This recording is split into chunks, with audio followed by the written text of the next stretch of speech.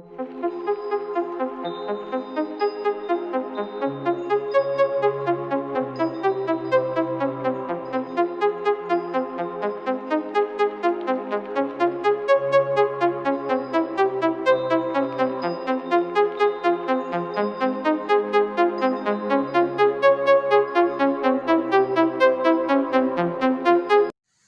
सिद्धानंद श्री सद्गुरुनाथाय नमो।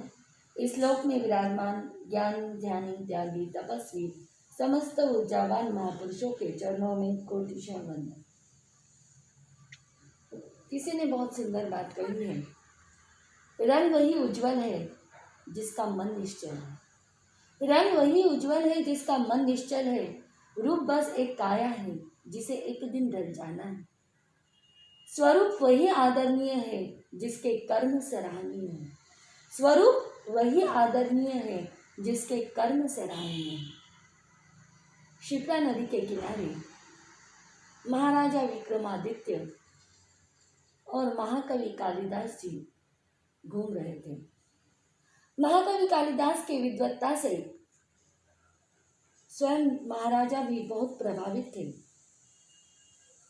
एक बार महाराजा के मन में कुछ मजाक सूझा। उन्होंने विक्रम कालिदास की चुटकी लेते हुए यानी मजाक के लहजे में कहा कि कविवर, आपकी कविताएं इतनी विद्वत्तापूर्ण और अपूर्व होती हैं। आपके पास में इतनी शक्ति व इतना सामर्थ्य है। कभी कभी तो मैं आपकी अपार खूबियों से भरी हुई कविताओं को पढ़कर आश्चर्य से भर जाता हूँ। पर इतना कहकर विक्रमादित्य रुक गए। कालिदास ने पूछा कि आप पर कहकर क्यों रुक गए महाराज? आप निसंकोच होकर आपके मन की बात कहिए। फिर विक्रमादित्य राजा कहने लग गए कि आपके पांडित्य को देखकर ही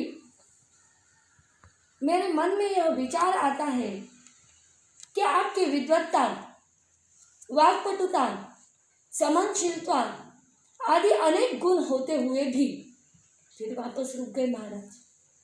फिर कालिदास ने कहा, महाराज आप कृपा करके आपकी मन की बात निसंकोच होकर बताइए। मुझे कोई भी बात दुख नहीं देगी। तब महाराजा ने कहा कि गुलाब का फूल ऊपर से दिखने में भी सुंदर होता है और भीतर से उसकी सुगंध भी अत्यंत मनमोहक होती है, किंतु आप में वैसा दिखाई नहीं देता। आपकी कविता, आपकी बुद्धि, आपके लेखन कला का सामर्थ्य तो अद्भुत है, अपार है, परंतु आपका रूप उसके अनुसार नहीं है। कालिदास समझ गए और कालिदास जी ने कहा कि महाराज आपके इस प्रश्न का उत्तर मैं अवश्य दूंगा, परंतु अभी नहीं, कुछ दिनों के बाद। दोनों ने ही वह बात छोड़ दी और बात को कुछ और दिशा दे दी। दोनों ही बातें करते जा रहे थे। ज्ञानीजन स्वाभाविक रूप से भले ही कोई बात मन को चुभ जाए तो वह चुभी हुई बात को छोड़ देते हैं, उसे दूसरा मोड़ दे देते हैं। वही वहां पर हुआ है। दोनों ही बातें करते हुए कुछ देर क्षिप्रा नदी के आसपास घूमे हैं। दोनों अपने अपने स्थान पर लौट आए। राजा राजमहल में चला गया, कालिदास अपने घर पर चले गए।